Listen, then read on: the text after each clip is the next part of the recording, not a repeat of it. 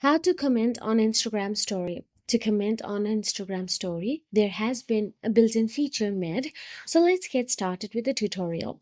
First of all you have to do is open the Instagram app on your mobile device and make sure that you are logged into your Instagram account.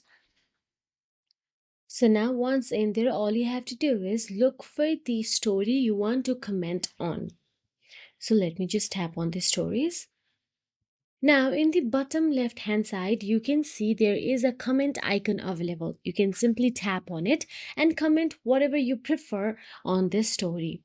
Then tap on the arrow icon available to send it. And that is it. This is how easily you comment on someone else's story.